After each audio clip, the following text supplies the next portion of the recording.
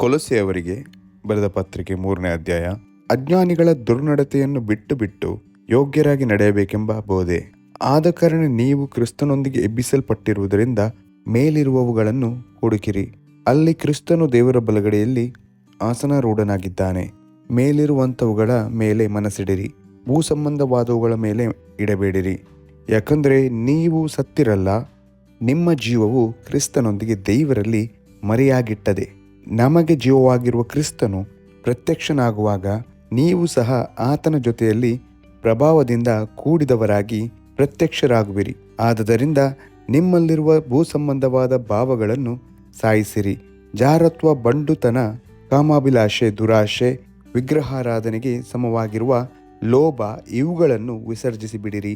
ಇವುಗಳ ನಿಮಿತ್ತ ದೇವರ ಕೋಪವು ಉಂಟಾಗುತ್ತದೆ. ಪೂರ್ವದಲ್ಲಿ ನೀವು ಸಹ ಈ ದುರ್ಭಾವಗಳ ಅಧೀನದಲ್ಲಿದ್ದು ಈ ಕೆಲಸಗಳನ್ನು ನಡೆಸುತ್ತಿದ್ದೀರಿ.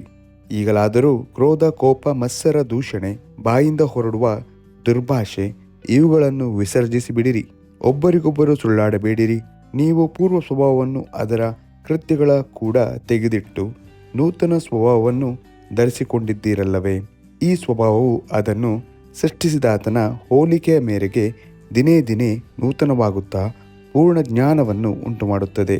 ಇದನ್ನು ಧರಿಸಿಕೊಂಡಿರುವುದರಲ್ಲಿ ಗ್ರೀಕನು ಯಹೂದ್ಯನು ಎಂಬ ಭೇದವಿಲ್ಲ, ಸುನ್ನತಿ ಮಾಡಿಸಿಕೊಂಡವರು ಸುನ್ನತಿ ಮಾಡಿಸಿಕೊಳ್ಳದವರು ಎಂಬ ಭೇದವಿಲ್ಲ, ಮ್ಲೇಚ್ಛ, ಊಣ ಎಂಬ ಹೆಸರುಗಳಿಲ್ಲ, ಆಳು ಒಡೆಯ ಎಂಬ ಭೇದವಿಲ್ಲ.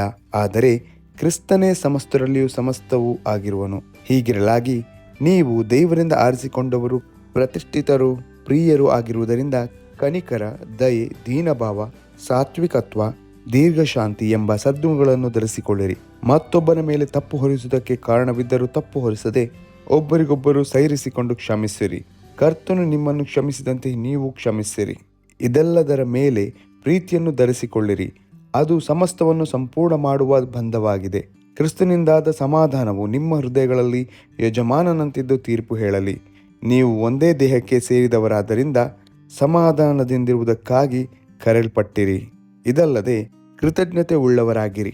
ಕ್ರಿಸ್ತನ ವಾಕ್ಯವು ನಿಮ್ಮಲ್ಲಿ ಸಮೃದ್ಧಿಯಾಗಿ ವಾಸಿಸಲಿ. ಸಕಲ ಜ್ಞಾನದಿಂದ ಕೂಡಿದವರಾಗಿ ಒಬ್ಬರಿಗೊಬ್ಬರು ಉಪದೇಶ ಮಾಡಿಕೊಳ್ಳಿರಿ, ಬುದ್ಧಿ ಹೇಳಿಕೊಳ್ಳಿರಿ.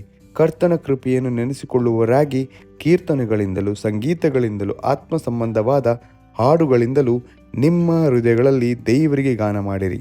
ನೀವು ನುಡಿಯಿಂದಾಗಲಿ ನಡೆಯಿಂದಾಗಲಿ ಏನು ಮಾಡಿದರೂ ಅದೆಲ್ಲವನ್ನು ಕರ್ತನಾದ ಯೇಸುವಿನ ಹೆಸರಿನಲ್ಲಿಯೇ ಮಾಡಿರಿ. ಆತನ ಮೂಲಕ ತಂದೆಯಾದ ದೇವರಿಗೆ ಕೃತಜ್ಞತಾ ಸ್ತುತಿಯನ್ನು ಸಲ್ಲಿಸಿರಿ. ಸ್ತ್ರೀಯರೇ, ನಿಮ್ಮ ಗಂಡಂದಿರಿಗೆ ಅಧೀನರಾಗಿರಿ, ಇದು ಕರ್ತನಲ್ಲಿರುವವರಿಗೆ ಯೋಗ್ಯವಾಗಿದೆ. ಪುರುಷರೇ, ನಿಮ್ಮ ಹೆಂಡತಿಯರನ್ನು ಪ್ರೀತಿಸಿರಿ, ಅವರಿಗೆ ನಿಷ್ಠುರವಾಗಿರಬೇಡಿರಿ. ಮಕ್ಕಳೇ, ಎಲ್ಲ ವಿಷಯಗಳಲ್ಲಿ ನಿಮ್ಮ ತಂದೆ ತಾಯಿಗಳ ಮಾತನ್ನು ಕೇಳಿರಿ, ಇದು ಕರ್ತನ ದೃಷ್ಟಿಯಲ್ಲಿ ಮೆಚ್ಚುಗೆಯಾಗಿದೆ. ತಂದೆಗಳೇ, ನಿಮ್ಮ ಮಕ್ಕಳನ್ನು ಕೆಣಕಿ ಅವರಿಗೆ ಮನಗುಂದಿಸಬೇಡಿರಿ. ದಾಸತ್ವದಲ್ಲಿರುವವರೇ, ಈ ಲೋಕದಲ್ಲಿನ ನಿಮ್ಮ ಯಜಮಾನರಿಗೆ ಎಲ್ಲ ವಿಷಯಗಳಲ್ಲಿ ವಿಧೇಯರಾಗಿರಿ.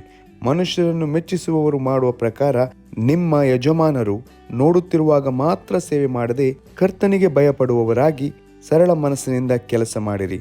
ನೀವು ಯಾವ ಕೆಲಸವನ್ನು ಮಾಡಿದರೂ ಅದನ್ನು ಮನುಷ್ಯರಿಗೋಸ್ಕರವೆಂದು ಮಾಡದೆ ಕರ್ತನಿಗೋಸ್ಕರವೇ ಎಂದು ಮನಪೂರ್ವಕವಾಗಿ ಮಾಡಿರಿ. ಕರ್ತನಿಂದ ಪರಲೋಕ ಬಾಧ್ಯತೆ ಎಂಬ ಪ್ರತಿಫಲವನ್ನು ಹೊಂದುವೆಂದು ತಿಳಿದಿದ್ದೀರಲ್ಲ. ನೀವು ಕರ್ತನಾದ ಕ್ರಿಸ್ತನಿಗೆ ದಾಸರಾಗಿದ್ದೀರಿ. ಅನ್ಯಾಯ ಮಾಡುವವನು ತಾನು ಮಾಡಿದ ಅನ್ಯಾಯಕ್ಕೆ ತಕ್ಕ ಪ್ರತಿಫಲವನ್ನು ಹೊಂದುವನಷ್ಟೇ, ಪಕ್ಷಪಾತವಿರುವುದಿಲ್ಲ ಎಂಬುದೇ.